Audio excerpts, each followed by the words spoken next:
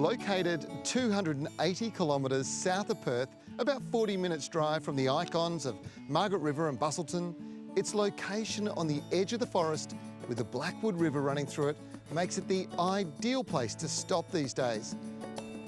There's been a lot of changes in Nannup since the police station and the bridge were built back in 1889.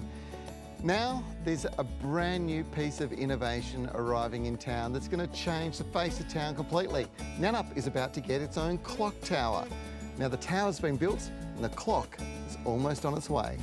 Heather, you built a clock tower. Now what were you thinking? That's amazing. I know, it's very unusual. There's not many people building clock towers these days. But there's a fellow in town who's a clockmaker who wanted to build the world's largest wooden clock, and he built it on his property and he wanted to bring it into town. So my husband and I bought this property and thought, well, we'll go and ask him. And amazingly he said yes, and then we had to get going on building this magnificent building. But the building's more than that too, so Yes. it's an experience. That's right. We're building a tourist attraction, so it's an experience in time. So there's stories there about clocks and about our little town, and the special part about the clock is it's built out of local timbers that have been milled by our mill here and out of our forest.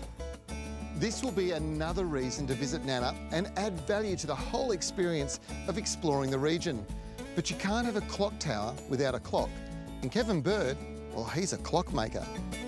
Kevin, that is a bloody big clock. Really big clock. When did you start making clocks? Probably about 1999, 2000.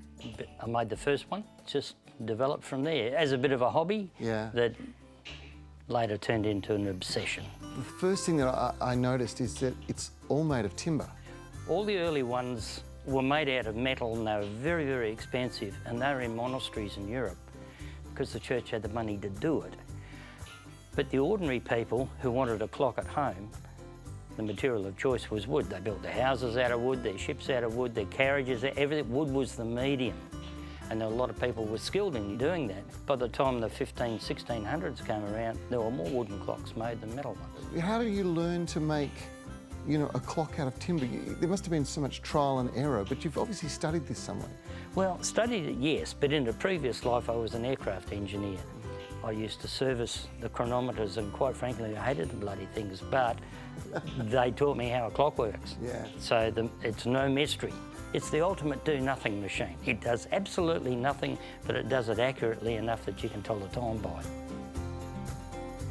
If you love great coffee, then the local cafe Melot combines the town's love of coffee and bike riding, and doubles as a bike shop to service the many riders that use the winding roads and charming countryside as a sought-out destination. The Tour of Margaret River event goes through Nannup each November. The Tiny Tea Shop is another new destination in town, and it's always important to remember that the Tulip Festival is something special to see when it runs each year.